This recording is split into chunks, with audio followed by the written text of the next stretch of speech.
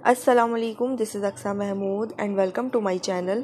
मुझे एक mail receive हुई है, काफ़ी लेंदी है बट आई थिंक ये प्रॉब्लम काफ़ी सारी लेडीज़ के साथ है। सो दैट्स वाई मैंने इस क्वेश्चन पर वीडियो बनाने के बारे में सोचा है। इन बहन ने अपना नाम मेंशन करने से मना किया है। मैं मेल पढ़ना स्टार्ट करती हूँ। कहती है मेरी सितंबर 2019 में डिलीवरी हुई सी सेक्शन से, पर 2 दिन बाद मेरी बेबी की डेथ हो गई। बहुत परेशान है, स्ट्रेस में है, रोती रहती हैं। डिलीवरी डेट डॉक्टर ने 25 अगस्त दी थी, पर लेबर पेन नहीं हुए। एक्चुअली एक दिन पेन हुआ था रात भर, बट मेरी सास को लगा कि ज्यादा हंसने की वजह से हो रहा है शायद, और उन्होंने कहा सो जाओ, लेबर पेन नहीं है, और मैं सो गई। उसके बाद मुझे पेन ही नहीं आई। और फिर एक दिन मेरी नानी ने ऐसे ही पूछा कि कौन सी तारीख दी थी डॉक्टर ने। मैंने उनको सब बताया तो उन्होंने मेरी सास को बोला कि इसको डॉक्टर के पास लेके जाओ, बहुत दिन ऊपर हो गए हैं। 5 डॉक्टर्स को दिखाया और सबने सी सेक्शन का ही कहा, क्योंकि बेबी के सराउंड जो पानी था वो बिल्कुल सूख चुका था, 0 हो गया था। बट मुझे और मेरी बेबी को कुछ भी नहीं हुआ। बेबी की मूवमेंट भी हो रही थी ऑपरेशन तक। ऑपरेशन के बाद बेबी ने एक बार फीड किया, उसके बाद डॉक्टर उसे लेकर चले गए, मुझे देखने भी नहीं दिया। और 2 दिन के बाद उसका इंतकाल हो गया था। मैं डिप्रेशन में चली गई थी। फिर सबने कहा कि 3 साल का गैप लो, बट मदर और हस्बैंड ने कहा कि 6 मंथ के बाद कर लेते हैं। बट आज मुझे 8 मंथ पूरे हो गए हैं और अभी तक कंसीव नहीं हो रहा है। बहुत ट्राई कर रही हूँ। क्वेश्चन इनका ये है कि 8 मंथ के बाद ट्राई करना क्या सेफ है और नॉर्मल डिलीवरी इसके बाद हो सकती है या नहीं, और कंसीव करने के लिए मैं क्या करूँ। तो कंसीव करने के लिए टिप्स पर ऑलरेडी मैंने अपने चैनल पर वीडियो अपलोड की हुई है। उस वीडियो में सबसे मेन टिप ये है कि अपने आप को स्ट्रेस से दूर रखा जाए। देखिए, जब हम स्ट्रेस में होते हैं ना, तो हमारे हार्मोनल लेवल्स बहुत अप डाउन होते हैं, जिसकी वजह से आप जितना भी ट्राई कर लें आप कंसीव नहीं कर पाएंगी। अब हर कोई यही कहता है कि स्ट्रेस नहीं लें, डॉक्टर भी यही कहता है कि अपने आप को टेंशन में मत डालें, बट कोई ये नहीं बताता कि टेंशन से अपने आप को कैसे बाहर निकाला जाए। कोई एक प्रॉपर मेथड हो, कोई एक कोर्स हो, किस तरह से हम अपने आप को टेंशन से आजाद कर सकते हैं। यही एक मेन रीजन है जिसकी वजह से काफी सारी खवातीन कंसीव नहीं कर पा रही होती हैं। तो अब बात कर लेते हैं कि अपने आप को टेंशन से किस तरह से फ्री किया जाए।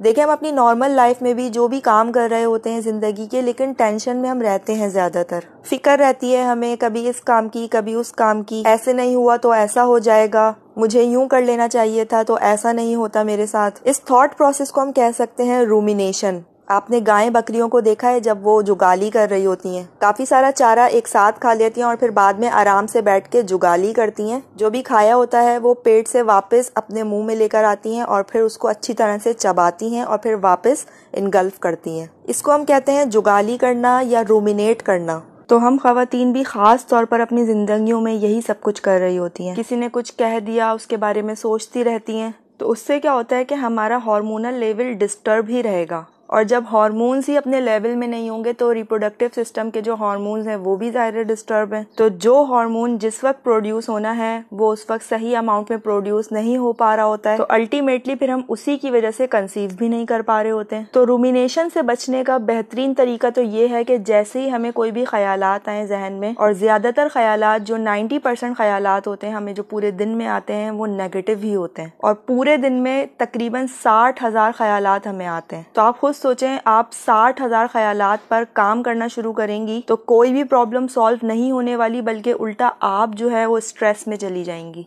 तो एक सबसे बेस्ट तरीका ये है कि जैसे ही आप रूमिनेट करने लगें तो अपने आप को ये फील करवाएं कि मैं रूमिनेट कर रही हूँ, वो ख्यालात बार बार दोहरा रही हूँ जो पास्ट में हो चुका है, जो नहीं बदल सकता, और अब उनके बारे में सोचने से कोई भी फायदा नहीं होने वाला है। पास्ट वापस नहीं आ सकता और अब मैं पास्ट को चेंज नहीं कर सकती। तो जैसे ही कोई ख्याल आए आपको यही बात दोहराते रहना है। आई एम श्योर स्टार्टिंग में बहुत मुश्किल लगेगा, बट यही एक बेस्ट तरीका और बहुत आसान तरीका है आप अपनी नेगेटिव थॉट से किस तरह दूर हो पाए। छुटकारा तो हासिल करना काफी मुश्किल है, बट कम से कम हम दूर रहकर स्ट्रेस को अपने थोड़ा कम कर सकते हैं।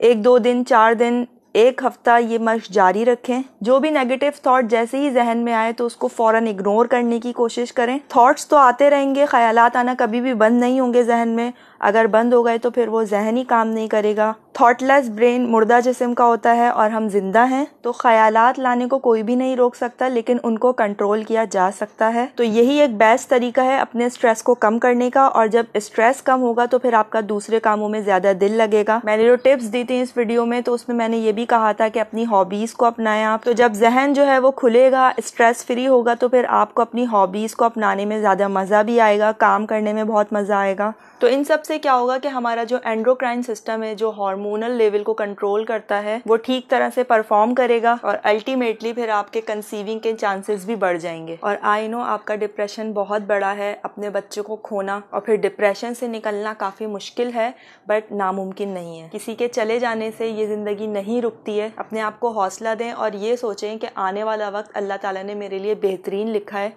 अल्लाह ताला की ज़ात से मायूस मत हो। दूसरा सवाल आपका ये है कि क्या नॉर्मल डिलीवरी हो सकती है अगर मैं 8 मंथ के बाद भी कंसीव करूं तो ऐसे क्वेश्चन मेरे पास रोज़ाना की बुनियाद पर इतने सारे आते हैं और मेरे पास जवाब यही होता है कि मैं आपको कैसे बता सकती हूँ। इवन डॉक्टर भी आपको नहीं कह सकते कि आपका नॉर्मल हो सकता है या नहीं हो सकता। एंड टाइम तक वो भी यही कहते हैं कि 50-50% चांसेस हैं। और नॉर्मल डिलीवरी बहुत ज़्यादा बेस करती है आपकी हेल्थ पर, आपकी डाइट पर। ये सब जानने के बाद भी डॉक्टर नहीं कंफर्म कर सकता कि आपका नॉर्मल बेबी हो सकता है या नहीं। तो मैंने अपनी वीडियोस में काफ़ी दफ़ा कहा है कि इस चीज़ पर फोकस मत करें कि आपका नॉर्मल होगा या नहीं, अपनी हेल्थ पर फोकस करें, अपने स्ट्रेस को बढ़ने मत दें, अपनी डाइट का ख्याल रखें। इससे बेहतर और क्या हो सकता है कि आप 9 मंथ बाद एक हेल्दी बेबी को डिलीवर करने वाली हैं। सो आई होप आपके जहन में जो जो क्वेश्चंस थे मैं उनका आंसर दे पाई। वीडियो हेल्पफुल रही होगी इस उम्मीद के साथ। मिलते हैं इंशाल्लाह फिर नेक्स्ट वीडियो में। तब तक के लिए बी हेल्दी, बी स्ट्रॉन्ग।